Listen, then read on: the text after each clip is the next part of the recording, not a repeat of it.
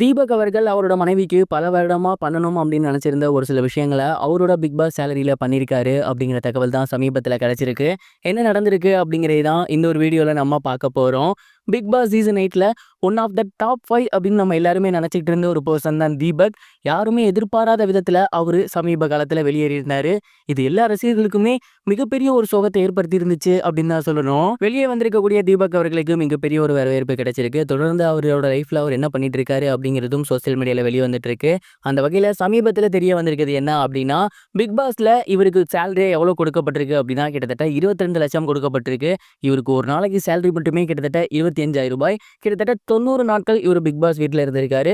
So 22,50,000 ரூபாய் இவருக்கு சம்பளமாக வழங்கப்பட்டிருக்கு.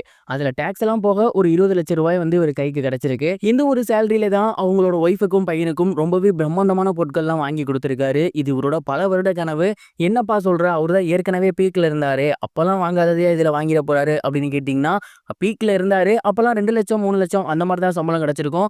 ஒரு பல்க் அமௌண்ட்டாக இவர் ஒரு ஷோக்கு போயிட்டோ இல்லை ஒரு ஈவெண்ட்டுக்கு போயிட்டோ வாங்கியிருக்காரு அப்படின்னா அது இதுதான். ஸோ இந்த ஒரு பல்க் அமௌண்ட்டை வச்சு அவங்களோட ஒய்ஃபுக்கும் பையனுக்கும் என்னெல்லாம் பிடிச்சிருக்கோ எல்லாத்தையுமே வாங்கிக்காங்க அப்படின்னு சொல்லியிருக்காரு. குறிப்பாக அவங்களோட ஒய்ஃபுக்கு செம காஸ்ட்லியான பட்டு புடவை ஒன்று வாங்கி கொடுத்துருக்காரு. அதோட ரேட் மட்டுமே கிட்டத்தட்ட 40,000க்கு மேலே இருக்கும் அப்படிங்கிறது தெரிய வந்திருக்கு. தொடர்ந்து அவங்களோட பையன் PS5 வந்து ரொம்ப நாளாக வாங்கி கொடுக்கணும்னு கேட்டுட்டு இருந்தாராமா.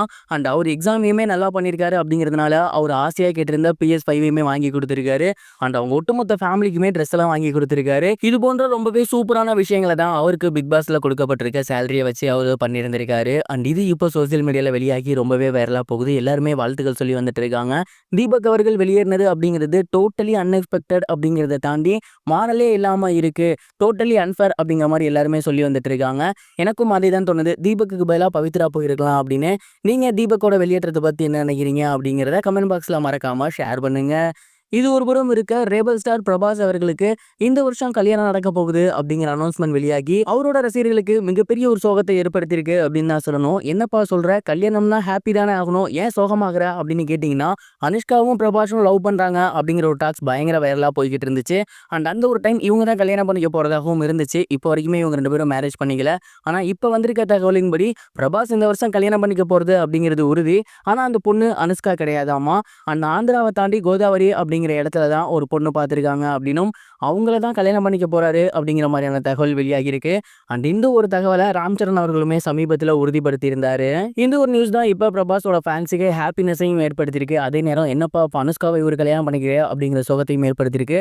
எது எப்படியோ பிரபாஸ் அவர்கள் கல்யாணம் பண்ணி ரொம்பவே நல்லபடியாக ஹாப்பியாக இருந்தாருன்னா ரொம்பவே சூப்பராக இருக்கும். அண்ட் மீண்டும் பழைய மாதிரி பாகுபலிக்கு முன்னாடி நடிச்சிட்டு இருந்தார் இல்லையா ஒரு லவ் ஸ்டோரி, அந்த மாதிரி படம் பண்ணால் ரொம்பவே நல்லா இருக்கும். இது வரைக்கும் கனெக்டிங் டிவிக்கு சப்ஸ்கிரைப் பண்ணனா மறக்காமல் சப்ஸ்கிரைப் பண்ணிக்கங்க. உடனடி அப்டேட்ஸ் பெறுவதற்கு நோட்டிஃபிகேஷன் பெல்லையும் கிளிக் பண்ணிக்கங்க.